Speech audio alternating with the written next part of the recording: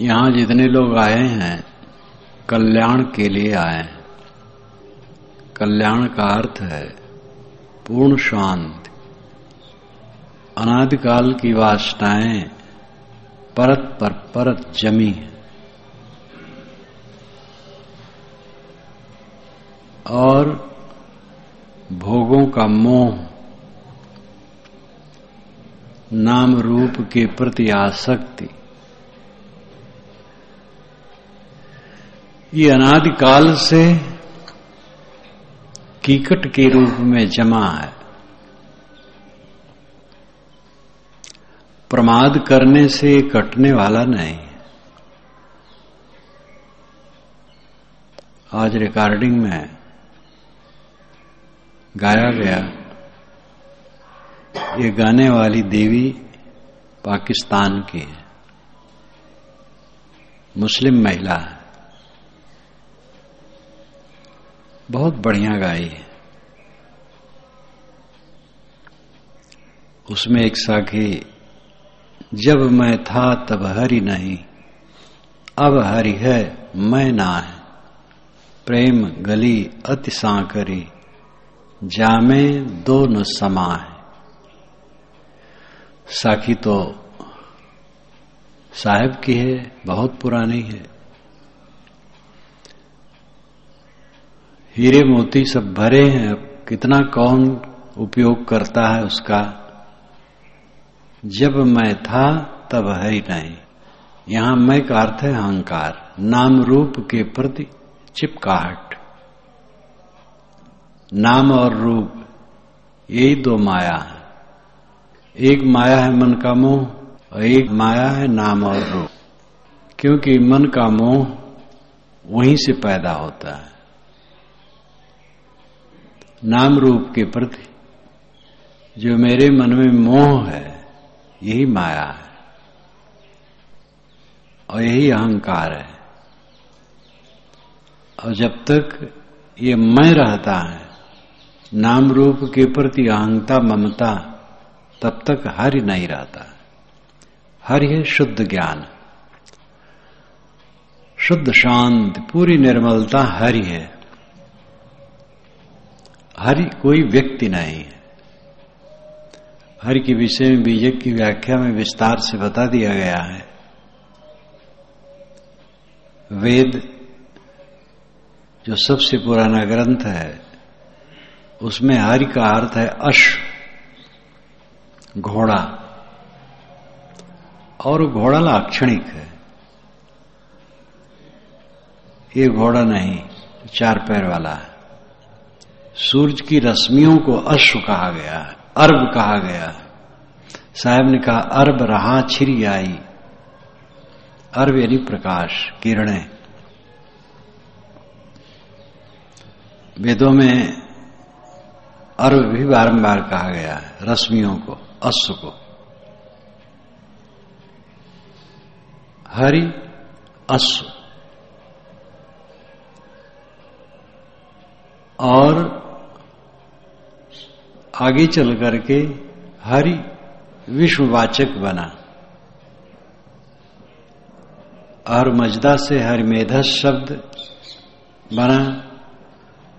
पारसियों ने अहर मजदा अपने ईश्वर का नाम रखा। संस्कृत वालों ने उसको हरिमेधस कहा। मेधस तो खारिज हो गया, हरि रह गया। और हरि आगे चल करके विश्ववाची हुआ। और गुप्त काल में हरिभजन शुरू हुआ, ईसा के 300 वर्ष बाद। उसके पहले हरिभजन कहीं नहीं। विवेकियों ने आत्मा को हरि कहा। बाएं दहने तजो विकारा, निजके हरिपद गहिया। काई कबीर गूंगे गुर खाया, पूछे सो क्या कहिया। निज स्वरूप ही हरि है।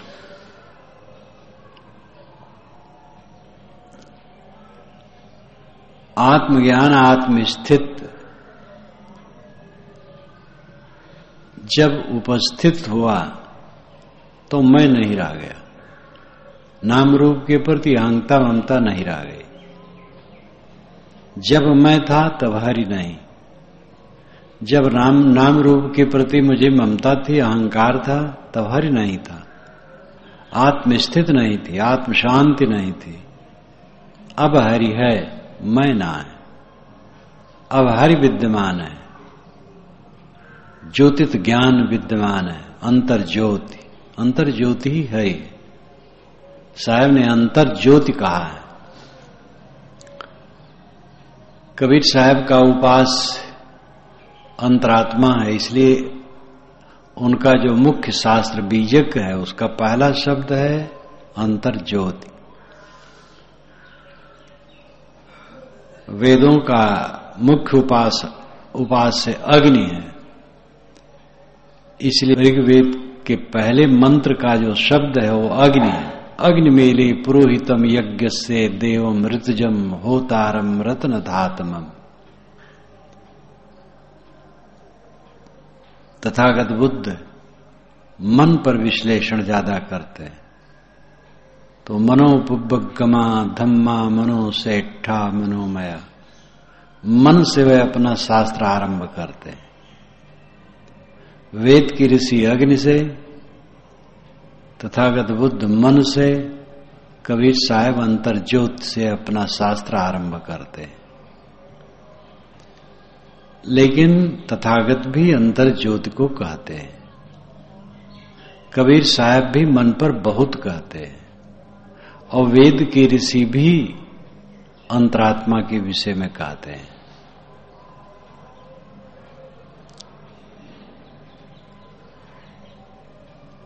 जब मैं था तब हरि नहीं। नाम रूप के प्रति जब तक अहंता ममता है तब तक हरि नहीं रहता, तब तक निर्मल दशा। हरि क्या है? निर्मल दशा, आत्म अभिमुखता, अंतर्मुखता, आत्म स्थित, स्वरूप स्थित। अब हरि है, मैं ना है। अब हरि है, पूर्ण निर्माण दशा, आत्म स्थित है। अब मैं नहीं रह गया, नाम रूप के प्रति मोह नहीं रह गया। प्रेम गली अति सांकरी, जामे दो न समाए। प्रेम गली बहुत सकरी, उसमें दो नहीं समा सकती, एक ही रहेगा। या तो नाम रूप के प्रति मोह रहेगा, या तो शुद्ध अवस्था रहेगी। उसको चाहे ब्रह्म कहो, चाहे राम कहो, चाहे खुदा कहो, चाहे गॉड कहो, चाहे जीव कहो, चाहे चेतन कहो, चाहे स्वरूप स्थित कहो, वो है शुद्ध निर्मल दशा। चित्त की पूरी निर्मलता, आत्मलीनता, ये कल्याण अवस्था है। मन का भय मिट जाना, शोक मोह मिट जाना, मन का उद्वेग मिट जाना, कल्याण अवस्था। और ये प्रमाद के लिए इसमें कोई जगह नहीं। कितने साधक जो प्रमाद करते हैं, उनको इस बोध स्थित का काखा का भी ज्ञान नहीं रहता। भाषण कर सकते हैं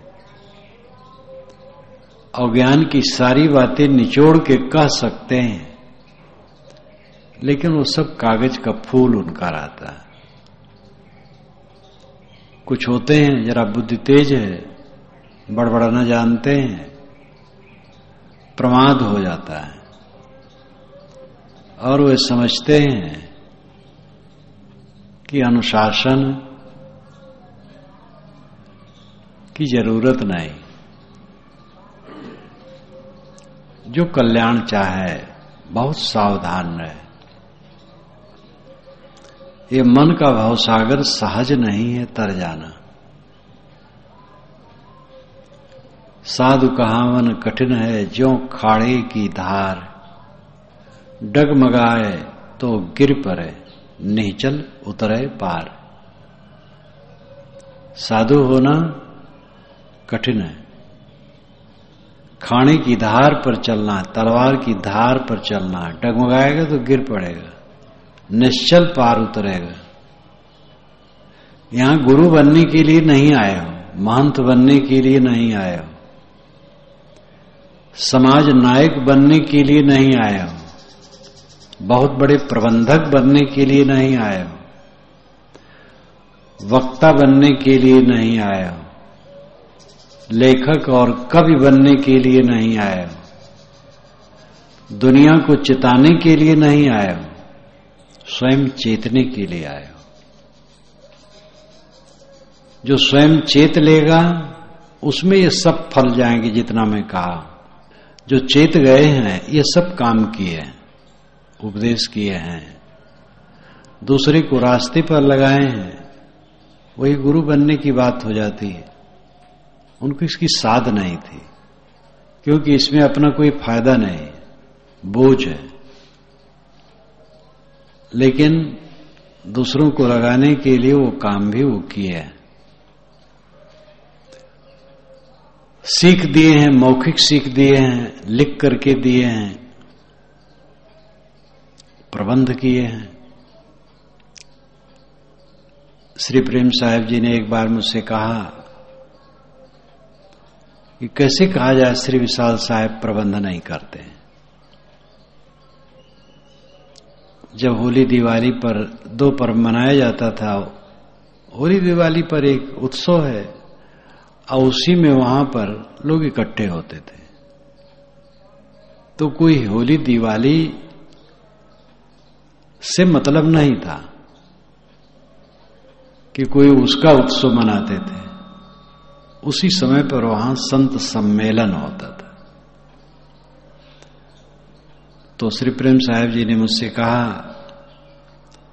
कि श्री विशाल साहब बताते हैं ये सब मंगा लो, ये सब कर लो, जो जो चीजें जरूरी हैं सब कर लो, लोग आएंगे। भगत लोग तो करते ही हैं, लेकिन अपने तरफ से जो करने योग्य है वो सब चीजें मंगा लो।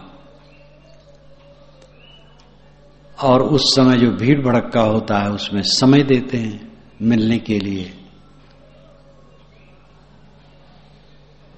भीड़ में बैठाए जाते हैं पूजा आरती के लिए, बोलते तो नहीं थे वो, उसमें बैठते थे, लोग पूजा आरती कर लेते थे। तो ये प्रवृत्ति लेते हैं, इतना निवृत्त परायण पुरुष क्यों लेते हैं? लोगों के लिए।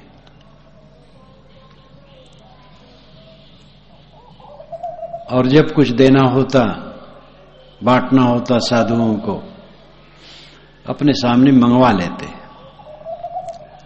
जबान से कह देते थे, उनके सामने लोग दे देते थे। और न कुछ करते हुए करते थे। बात यह है कि हम होना क्या चाहते हैं, गुरु बनना चाहते हैं कि कृतार्थ, प्रवक्ता बनना चाहते हैं कि कल्याण चाहते हैं। प्रवक्ता बनने वाले मिटेंगे, नष्ट होंगे। कुछ गिटर पिटर कहने की आदत आ गई, कुछ झाड़ लिए श्लोक, इंग्लिश के वाक्य, छंद प्रबंध, तो इससे कृतार्थता हो गई। इसे तो भटक जाना होगा, भटक जाओगे, मान लोगे हम बड़े ज्ञानी हैं। और ये बकने से कोई ज्ञानी नहीं होता। ज्ञानी वह है जिसका मन निर्मल है, विनम्र है। कल्याण का पथ बड़ी विनम्रता का है। जब तक संतों के चरणों की रज न बनोगे, ये दशा आएगी नहीं। भक्ति जिनकी उखड़ती है, वैराग्य ज्ञान सब स्वाहा हो जाता है। साधकों में तो मैंने देखा पतन का सिग्नल उपेक्षा, तिरस्कार, भक्ति और ज्ञान के प्रति अवहेलना, अवज्ञा, उन्माद, ये सब पतन के सिग्नल हैं। जिन जिज्ञासुओं में देखा जाता है कि नियम को न मानने की उनकी रुचि हो गई, थोड़ा थोड़ा नियम का उल्लंघन करते और अवज्ञा करते हैं, उन्मादी वचन बोलते हैं, दबे स्वर में बोलते हैं लेकिन करते हैं, तो उनके पतन का ये सिग्नल है। भक्त की गिरावट कल्याण दशा की गिरावट है और ये कानून सर्वत्र लागू है। पति पत्नी में अगर अवज्ञा अवहेलना परस्पर शुरू हुई तो समझ लो गृहस्थी चौपट है। गृहस्थी एक यज्ञ है और गृहस्थी यज्ञ का स्त्री को ब्रह्मा कहा गया है वेद में। ब्रह्मा होता उद्गाता धैर्य, ये यज्ञ की बड़ी बड़ी पुरोधा जिसमें ब्रह्मा सबसे बड़ा। यज्ञ वेदी में एक निश्चित स्थान होता था, वहां उसकी आसंदी होती थी, बैठने का आसन, उस पर वो बैठता था और निर्देश करता था। वो कुछ करता नहीं था, निर्देश करता था। करने वाले होता, उद्गाता और अधर्य होते थे।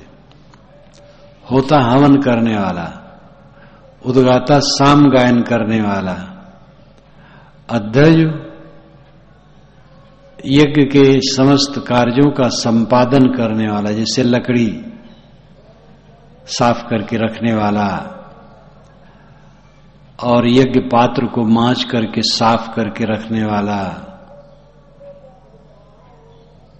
और भी जो उसमें प्रपंच की चीजें हैं सब जुगाड़ करके व्यवस्थित करने वाला, वो अधर्य होता था। होता, उद्गाता, अधर्य, ये तीनों काम करते थे और ब्रह्मा निर्देश करता था। और इन सब के तीन तीन सहायक होते थे बड़े यज्ञों में। उसमें ब्रह्मा सबसे श्रेष्ठ माना गया है। तो वेद में बताया गया है कि स्त्री गृहस्थी यज्ञ का ब्रह्मा है, और बिल्कुल सच है। वही तो घर की प्रबंधिका है, और उसने अवज्ञा शुरू कर दी, अवहेलना शुरू कर दी, तो गृहस्थी चौपट। पुरुष ने कर दिया तो चौपट। लड़का अवज्ञाकारी निकला, दुख होगा, बिगड़ेगा। नेता का सहायक अवज्ञाकारी हो गया, नेता स्वयं अनित पूर्वक चलने लगा, पार्टी टूटेगी।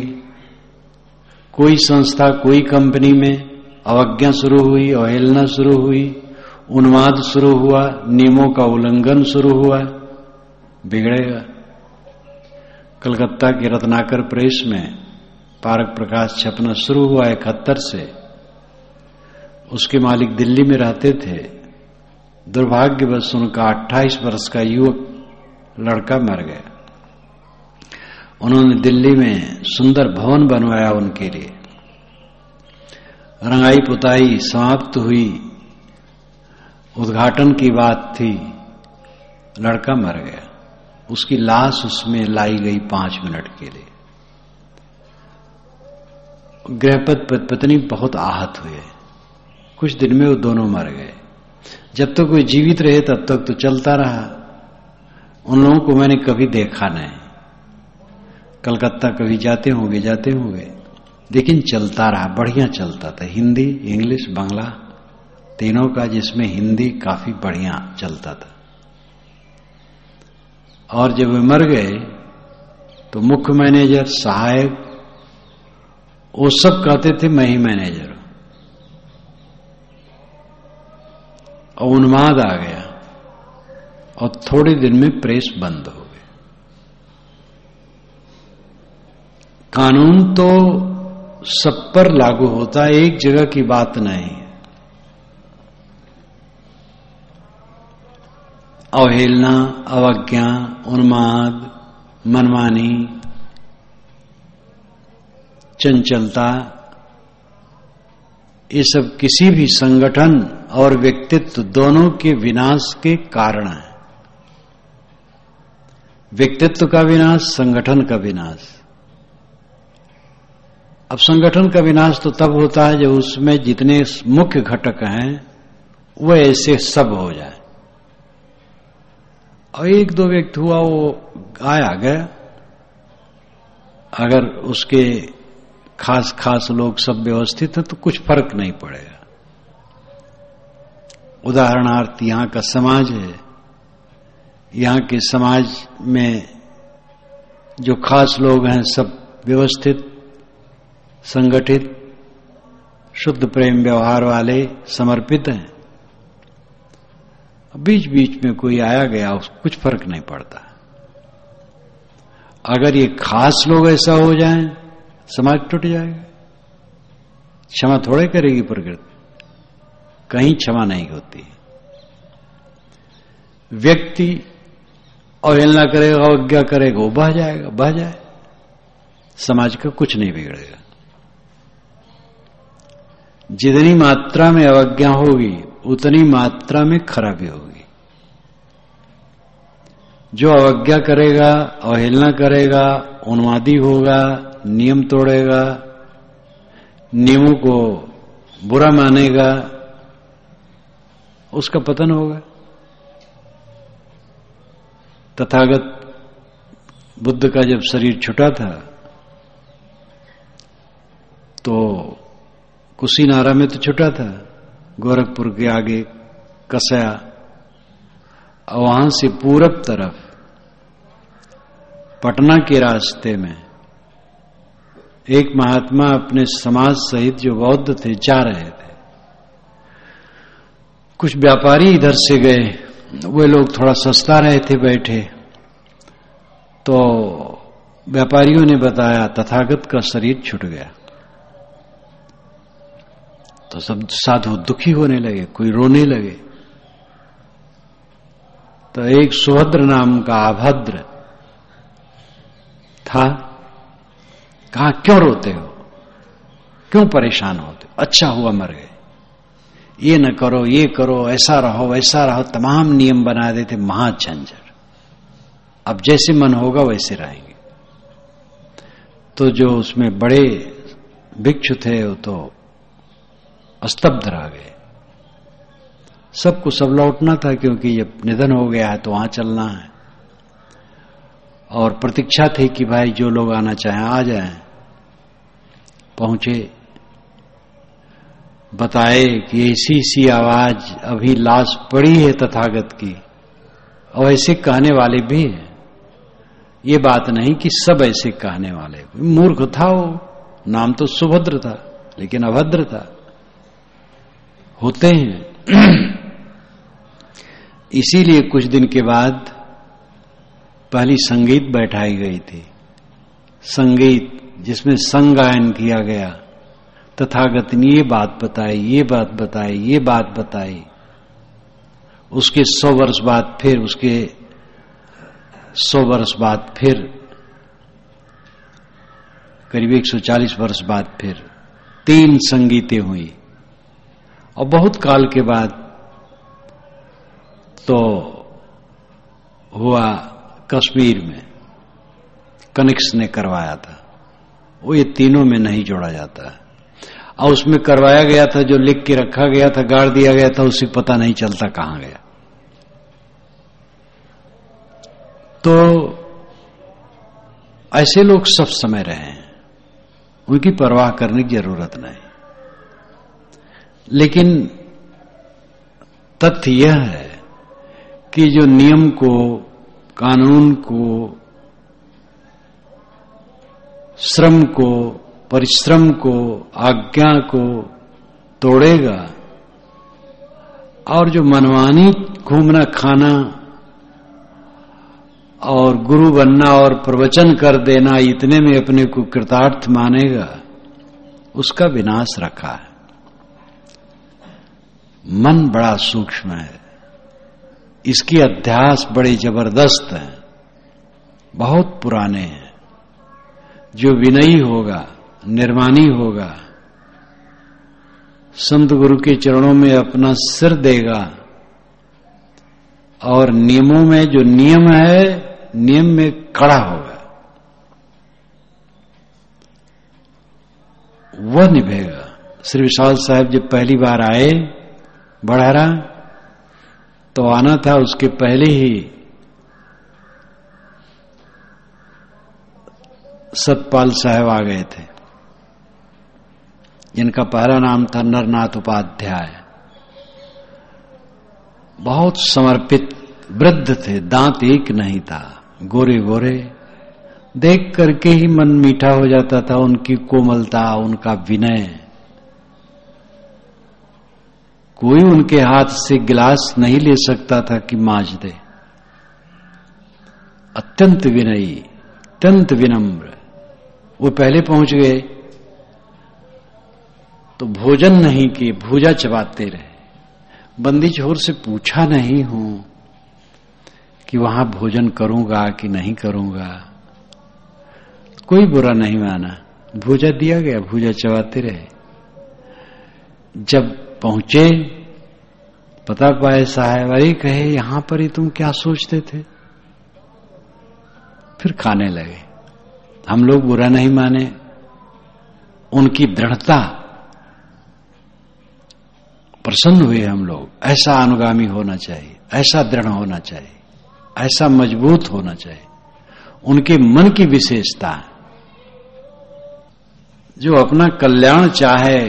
यहां कोई प्रवक्ता होने के लिए नहीं आया है, गुरु बनने, महंत बनने, घूमने, जगह जगह खाने, मनमानी देखने सुनने के लिए नहीं आए। ये तो उन्माद है। यहां कल्याण के लिए आए हैं, और कल्याण होगा जब मैं मिटेगा। नाम रूप के प्रति जो मैं है, भोगों की लालसा है, लोक नायकत्व की चेष्टा है, महंत और गुरु बनने की चेष्टा है, ये सब कोढ़ होगा, उसका क्या कल्याण होगा। गुरु आई ओ मान बढ़ाई, रिद्ध सिद्ध सब जात नसाई, या में सकल जगत अर्झाना, काल कला को मर्म न जाना, मोते इन सबते नहीं काजा, तुम्हारी भक्ति बस कहो उपराजा। श्री पूर्ण साहब ने निर्णय सार में कहा, गुरुवाई और मान बढ़ाई, रिद्धि सिद्धि सब नष्ट हो जाती है, इसी में सारा संसार उलझा है। काल कला का मर्म नहीं समझ पा रहा। साधु वेश धर लेने से क्या बेड़ा पार हो जाता है? बल्कि धोखा हो सकता है कि हम महात्मा हो गए। हम 4 महात्मा वहां गए थे, हम 2 महात्मा थे। जो भाषण में लोग करते हैं समझ जाएं, हम 4 महात्मा नहीं थे, 3 महात्मा थे, उनके साथ मैं भी था। अपने ही को महात्मा मान नहीं लेना चाहिए। मैं बभनान में था, छत्तीसगढ़ जाना था। रामरूप जी हमारे अनन्य प्रेमी थे, बुजुर्ग भक्त। तो बातचीत हुई तो मैंने कहा इतने संत हैं और मैं भी उनके साथ जाऊंगा। तो हंसने लगे, कहे साहब आपके साथ वो संत जाएंगे कि संत के साथ आप जाएंगे? उनके नहीं, संतों के साथ मैं जाऊंगा। तो हम 3 महात्मा वहां गए थे, हम 2 महात्मा थे, हम 5 महात्मा थे। अपने को ही महात्मा ऐसा नहीं कहना है, भोलापन में लोग कह देते हैं। दर्शन देने की भी बात हो जाती है। दर्शन देने गया था, दर्शन देने गया था नहीं, मिलने गया था। वो चाहे थे, मिलने गया था। तो ये तो न समझदारी होने से भी अंते तंते बात निकल जाती है।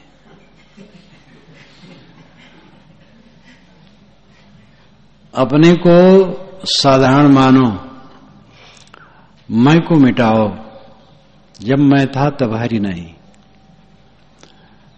अब हरि है, मैं ना है।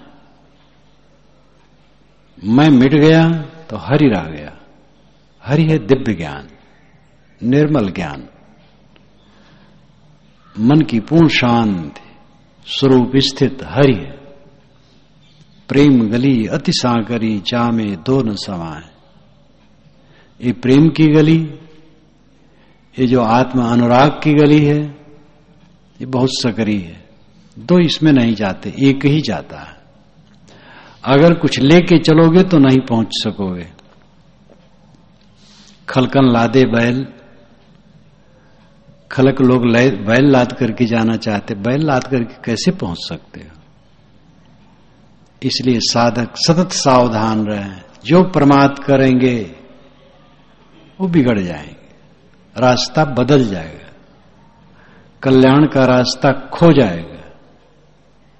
जो मन को देखेगा वैसा नहीं करेगा। मन को देखते नहीं है लोग, जो वो भटक जाते हैं। जो अपने मन को देखेगा, सही साधना करेगा, वो तो डरता रहेगा। ये जीवन संत गुरु के चरणों में पड़ा रहे और मन की शांति बनी रहे, जीवन का उद्धार हो, बस यही चाहिए। और गुरु गोविंद बनने की जरूरत नहीं, महंत बनने की जरूरत नहीं, देखने सुनने की जरूरत नहीं, प्रवचन की जरूरत नहीं। संत महात्मा प्रवचन करे सुन लेना है, हमें प्रवक्ता नहीं बनना है। जरूरी पड़े, अवसर हो, जो जानते हैं कह देना बुरा नहीं।